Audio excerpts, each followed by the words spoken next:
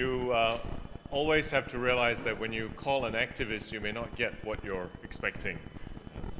So I apologize for that, but I feel convicted that I have to speak about this.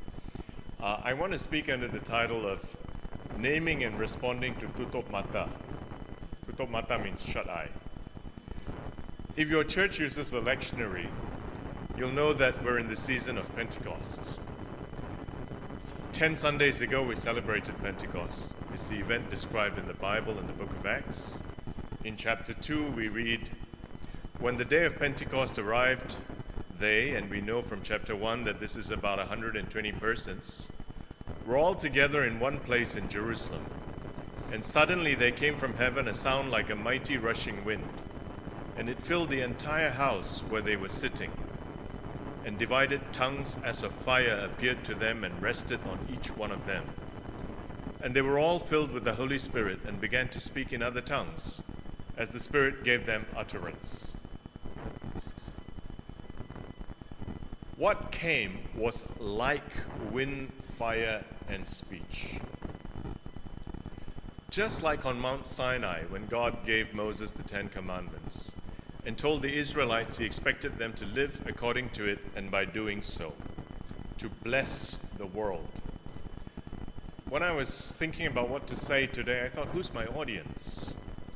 And I thought, they're all Christians, they're all people who've been following the case. They don't need to know any more about this case. So this is really for the special branch and the police, okay? I'll be very straightforward with you. This is the reason why I'm saying what I'm saying. So it's to bless the world. Just like that Mount Sinai event, Pentecost is a birth moment, the birth of a people movement. The fulfillment of the prophecy made by John Baptist that Jesus would baptize with the Holy Spirit and fire. Acts chapter 2 also tells us that the speaking in tongues attracted the attention of others. Those who noticed said the Christians were drunk. The Apostle Peter responded. He preached Christ crucified and resurrected. 3,000 persons became followers of Christ that day.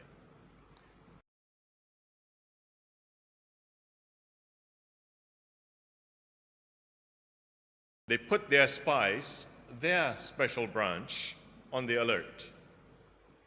They told their officers to watch and to report what the Christians did. The apostles did works of mercy. They healed people, they fed people, they explained to thousands that the healings demonstrated that a new era predicted by Moses had come. You can read it in Acts chapter 3. Peter reminded his Jewish listeners that they were called to bless others. This is chapter 3, verse 25. "You are the sons of the prophets and of the covenant that God made with your fathers, saying to Abraham, 'And in your offspring shall all the families of the earth be blessed.'" The apostles' actions annoyed those who had other ideas about how to be religious. The council acted. You can read about it in chapter 4 of Acts. They arrested the apostles, Peter and John. They tried them. They warned them. They threatened them. Then they released them. The experience of the apostles Peter and John the day after Pentecost has been repeated millions of times over the last 2,000 years. It's been experienced by Raymond Koh, Joshua Hilmy, and Ruth Sitepu. But what the Malaysian authorities have done is worse than what the Jewish temple authorities did. Why do I say so? Because in Jerusalem, the Jewish authorities respected the law of the land. They arrested the apostles and put them in custody, as they were allowed to under Roman law. They tried them in open court, as they were allowed to under Roman law. They released them when they could find no basis to punish them, as they were required to under Roman law. In Jerusalem, why did they comply with Roman law? Because they knew they would be tried and punished by the Roman government of the day if they acted beyond the limits of the Roman law. In Malaysia, those who acted against Roman didn't respect the law. They acted in secret. They acted outside the law. They didn't arrest and charge Raymond. Instead, the special branch abducted and disappeared him. In the case of Joshua and Ruth, the police did a superficial, sloppy investigation. In Malaysia, why didn't the special branch and the police comply with the law? Because they knew the government would turn a blind eye to their actions, would let them get away with it. The technical word for this is acquiescence. The Malaysian word is tutup mata.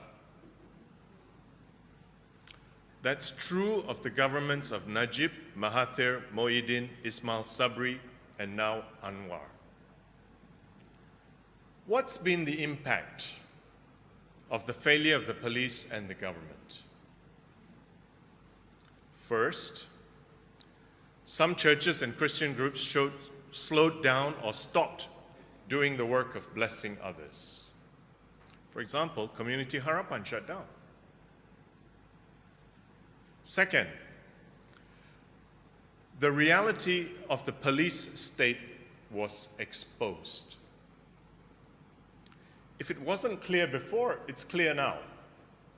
You can abduct people in Malaysia and get away with it. In fact, we even know that the police and the immigration authorities routinely abduct people. Many such examples. I can talk openly about it, well documented.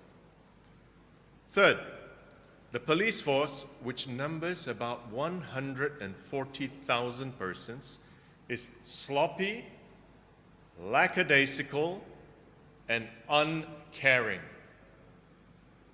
I'll say that again. The police force is sloppy, lackadaisical, and uncaring. That's what Suhakam said.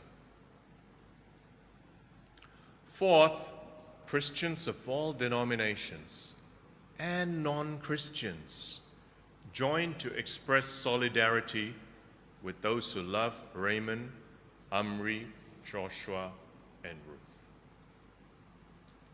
Sadly, and forgive me for being so blunt, churches appear to remain scared, toothless, limbless.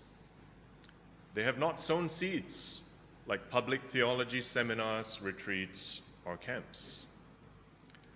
Sadly, activity continues only in the courts, led by the lawyers. Sadly, the government is happy. Because when cases are before the courts, lawyers self-censor. They don't speak about the cases except in very controlled ways, unlike activists, because the cases are sub judice. They're under a judge, and they have a professional code of conduct to follow. They worry that if they speak about the merits of the case, the judge will charge them with contempt. So it's up to you and me to go to the courts, to listen to what is said, and speak about it, and write about it, and preach about it, because the lawyers won't. Okay, I've got a lot off my chest now. How can you turn this into an opportunity to bless others? Because that's what the church is for. It's for blessing others. How can we and our neighbors live fulfilling lives if the police force, the institution with the most power over us, is less accountable than the Jerusalem Council? And the government is worse than the Roman government of that time.